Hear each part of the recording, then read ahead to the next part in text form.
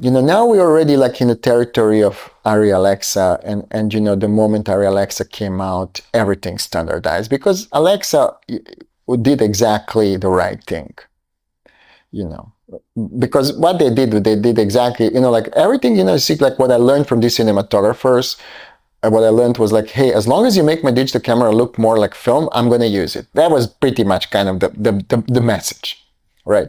And what Arri did an incredible job in even building a color science that was so close to film negative. It was just incredible. Like, you could literally just, grade like a film neg and then put Alexa and the same settings and same grades would fit perfectly.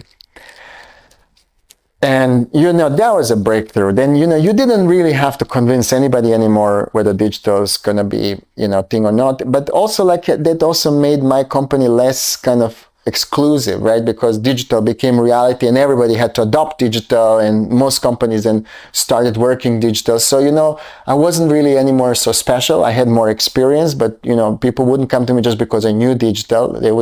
So I figured out I need to have something that is going to separate from all the rest of the post-production companies.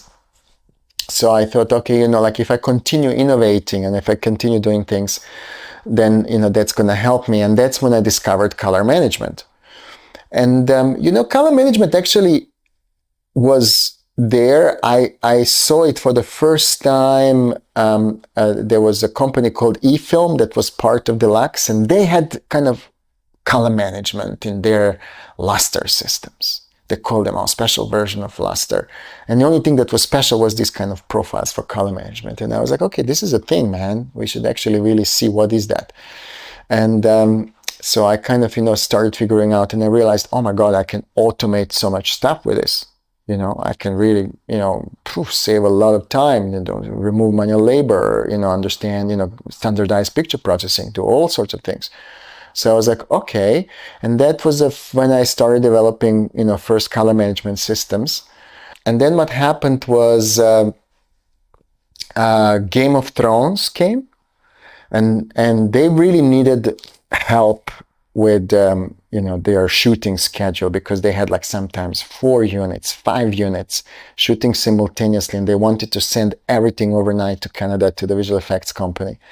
And, the traditional, DI companies, the, big companies, they were not really equipped for that, And then, so through Game of Thrones and later through Exodus, people realized, okay, so it's not just a company like a DIT company that's going to come and just wrangle my cards, my data. What really all these productions want and need is a company that's going to manage the picture and then deliver, to the DI companies or whoever they're going to, use for final grading. And that was normally what it used to happen. Like, everybody would shoot in the UK because of the tax advantages and everything, but then they would then send stuff back to the US to do the final grading. And so my company then grew. Suddenly we were, I mean, I wasn't really doing any like a groundwork anymore. I was literally just managing, a group of DITs and